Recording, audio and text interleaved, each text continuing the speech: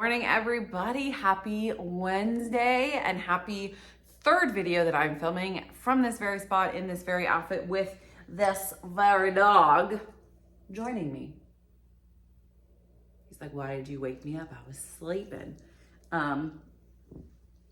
He's got a Christmas collar on. You can't really tell, but it's a bow tie. My sister said it's a bow tie.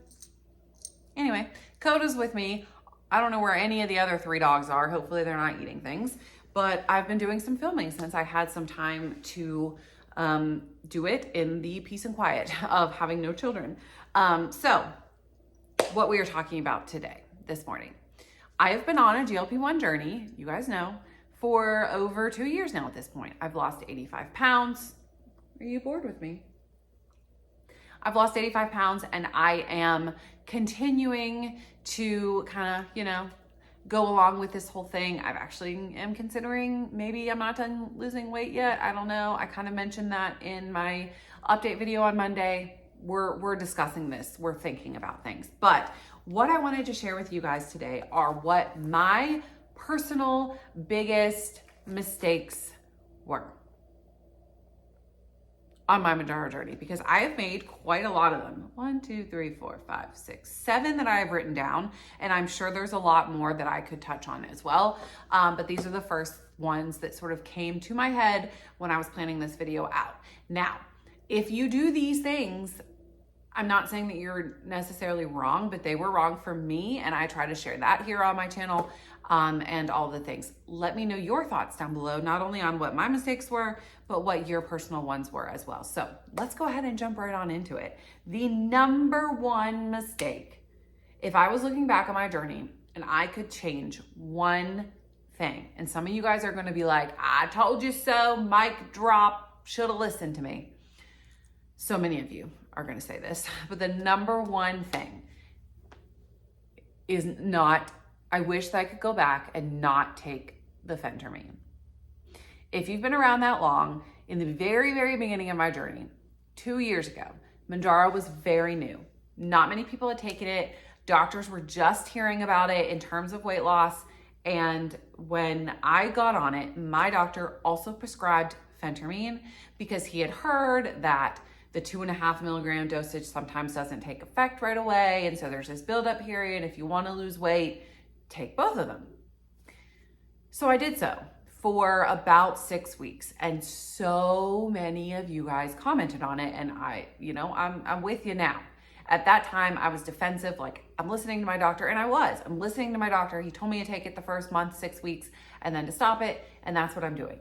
And that's what I did. And I would not do it again. Would not advise. Fenter-me's great, I think, for some like short-term weight loss. It is basically Adderall. It's literally in the same class as Adderall. It has very similar effects to Adderall. And so the problem that it caused me was that I was not drinking enough. And then I would get really dehydrated. I would get really constipated. And then because I had sort of the double appetite suppression, I wasn't eating. And so, yeah, I lost like 19 pounds my first month, but it wasn't 100% Mounjaro. Largely it was fenter-me. And so it negatively affected me, my bowels, my digestive system. It took me a while to recover from that. I stood by it for months and months until I realized that my doctor now literally won't prescribe both because he's learned more. When you know better, you do better. So don't do it. Don't do it. Don't do it. It's not worth it to have all of the extra side effects that came with that for a little bit more weight loss. Stick to the GLP-1 plan. It's much safer for your heart anyway. I promise. Don't make that mistake that I made. Number 2 is not changing my eating habits in the beginning, because I didn't. I was eating everything, crap, the same crap that I had eaten for my whole life. I was eating in the beginning of my journey, mostly because I, again, when I started my journey, I just wanted weight loss. I didn't really want to change. I didn't, if I'm being honest. But this journey over the last 2 years has taught me GLP-1's a tool, and it's taught me how to choose healthier things and allowed my brain, I should say, to choose healthier things. 90% of the time, you know, you got to live a little with that 10%. But in the beginning, I didn't change my eating habits. And I think that I had a lot of side effects in the beginning. If you go back and watch some of those videos, I was constipated. I was nauseous all the time. I wasn't sleeping well. I was dehydrated. I was all of the things that I could have avoided if I had chosen healthier foods. I was eating a lot of like greasy fast food type stuff that I wouldn't normally eat now. I wouldn't eat like McDonald's chicken nuggets that would never eat now. I was eating that, but I would eat like 5 chicken nuggets. I'd be like, oh, well, I didn't eat very much, but I was eating crap. And so it made me feel like crap. So, you know, it's not instant where you have the brain effect where you can choose healthier things all the time, but you definitely could try. And like, I didn't try it all. So try. Number 3 is not lifting weights. I've talked about this before. Just lift the weights. Get you a couple like 10, 12 pound weights from Five Below. They sell them, and do some bicep curls, do some lunges with shoulder presses. Had to think of the name. Do some stuff at home so that you don't lose, or that you can prevent muscle loss as much as possible. When you're eating less, when you're having fast weight loss like that, you're gonna lose some muscle mass, and we don't wanna do that. Also, you're gonna look better overall when you lose the weight. You're gonna have less of like the sagging effect. If you lift some type of weights, even if you don't have weights, just doing body weight exercises, push-ups, squats, lunges, shoulder presses, shoulder dips, that's what they're called. So many things you can do at home in your living room that can help with that, help with your body's toning, help you prevent muscle loss, help you prevent so many things. And overall, when your journey comes to an end as far as weight loss, you will look better and you will burn at a higher rate if you have more muscle mass. So that is something I did not do. I did not lift weights. I'm trying to get into that now. You guys know with my weekly goals, I'm trying. It's a slow process, and I wish I had done it sooner, because quite honestly, I am weak sometimes when I try to like lift something or do something or whatever. I feel the weakness in my muscles, and I wish I'd never dealt with that. I wish I had done something about that a lot sooner. So take it from me, even if you're just doing body weight exercises, do something. What number are we on? 4, going on too high of a dose. This was a huge downfall of mine on my journey. I increased monthly because, again, at the time, the doctors didn't know a whole lot. There wasn't a whole lot of research. And so my doctor was following the titration schedule that was set out by Surmount, early Surmount studies. That sucked.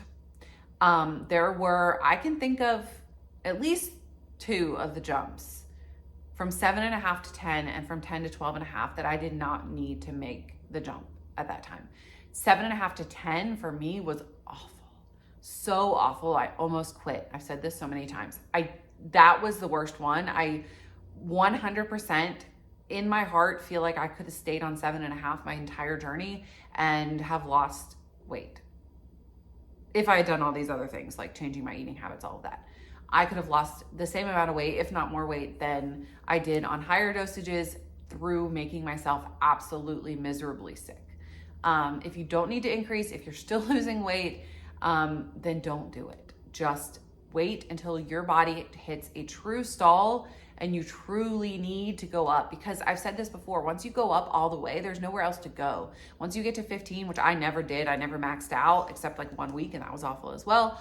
But once you max out, that's it. So like if you're on a lower dose and it stops working or it stops being as effective, you can increase. If you get to 15, there's nowhere to go. So don't go up unless you absolutely need to. And your doctor now should have a lot more data and a lot more research behind his decisions or his or her decisions.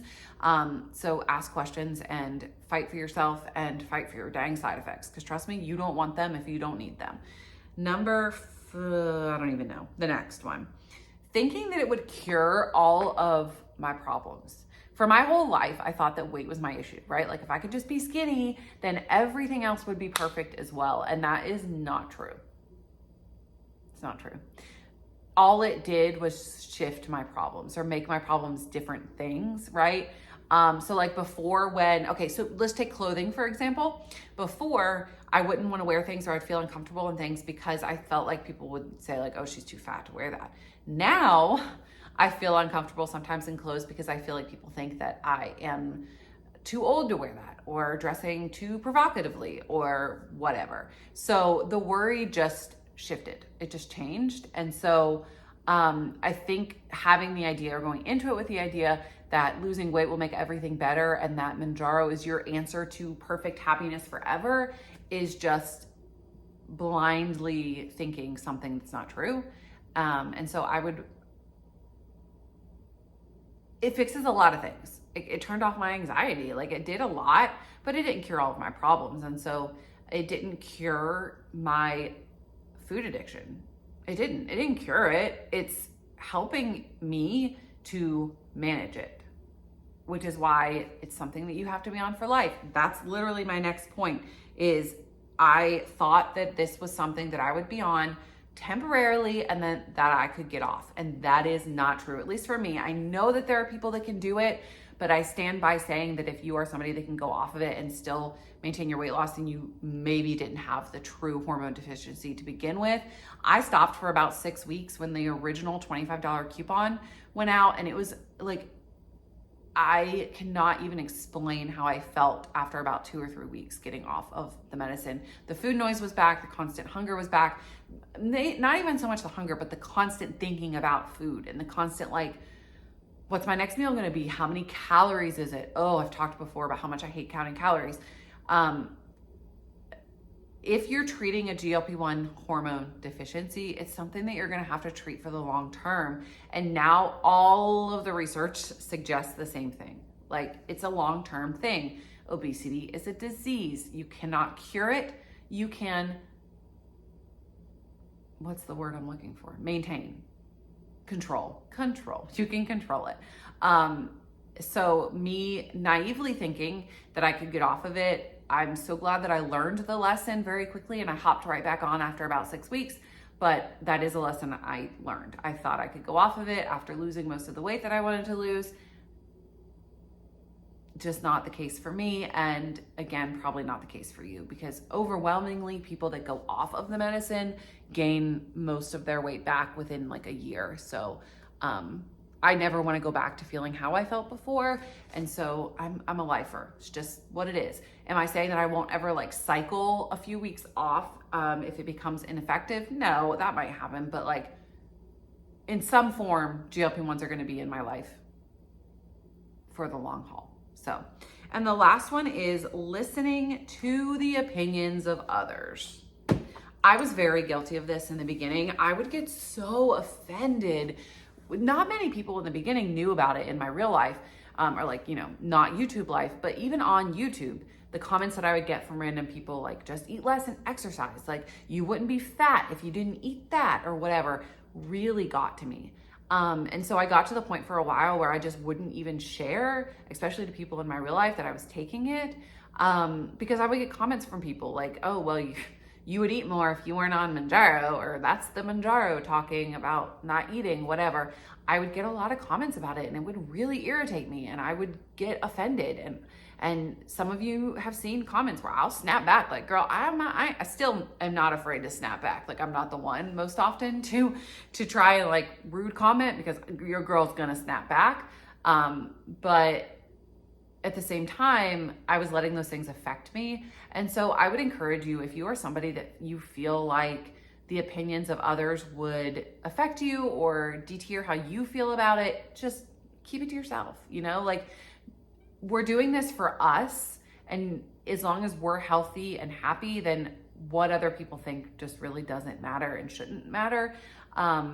And that's a lesson that I had to learn. Like those opinions of these people who really don't know me or what it's like in my brain and in my stomach, they don't matter. And so I would encourage you from the very beginning to write it on your mirror. The opinions of others don't matter.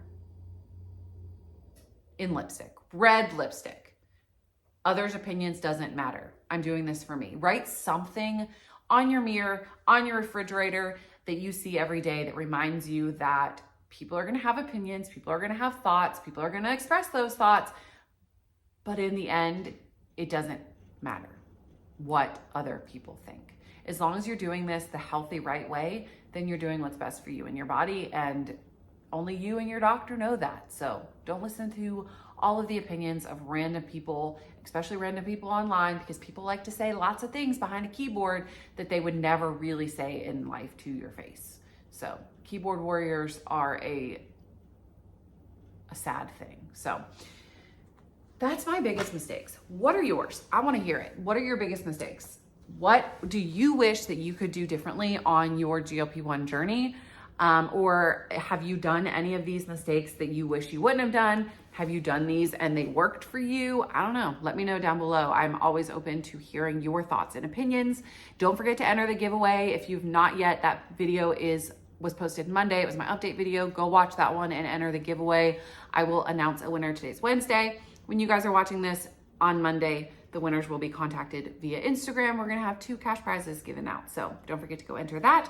And I will see you guys on tomorrow on Thursday, we are gonna be answering the Q&A. So if you've not asked your questions yet, you can do so on the post that I made on this community tab. And then I also made one in the Facebook group. You can go and check that out there. Links for everything down below.